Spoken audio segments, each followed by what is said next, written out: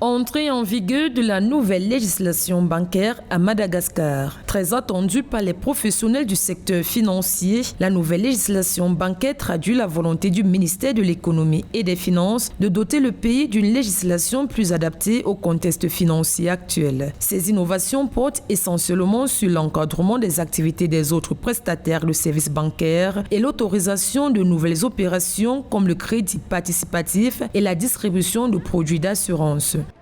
L'État malgache tente, à travers sa banque centrale, d'impulser son économie qui a été fortement impactée par la crise sanitaire, ce qui avait déjà produit plusieurs effets, puisque en début du mois de mai, le taux de facilité de dépôt avait augmenté, passant de 0,90% à 1,76%.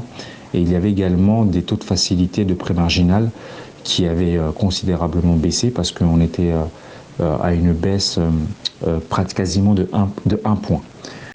Les réformes visent le renforcement du pouvoir et l'autorité de contrôle et de supervision, la mise en place des mesures de protection du secteur et l'établissement d'un mécanisme de gestion des réclamations et la transparence des informations. Pour les experts, la nouvelle loi réglemente également la cybersécurité.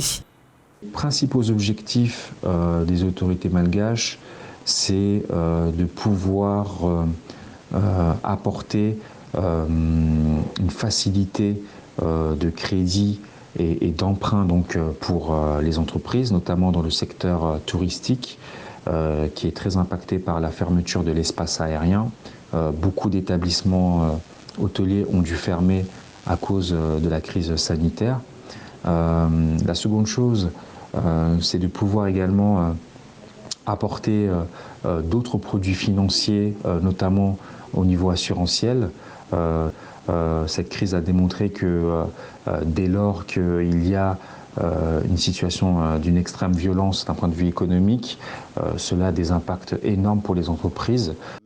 Selon le ministère de l'économie et des finances, Madagascar devrait enregistrer de meilleurs résultats de son système financier grâce à cette réforme. La nouvelle réglementation permettra ainsi de mettre en place un cadre de résolution de crise bancaire et un filet de sécurité pour faire face aux éventuelles crises, selon les experts.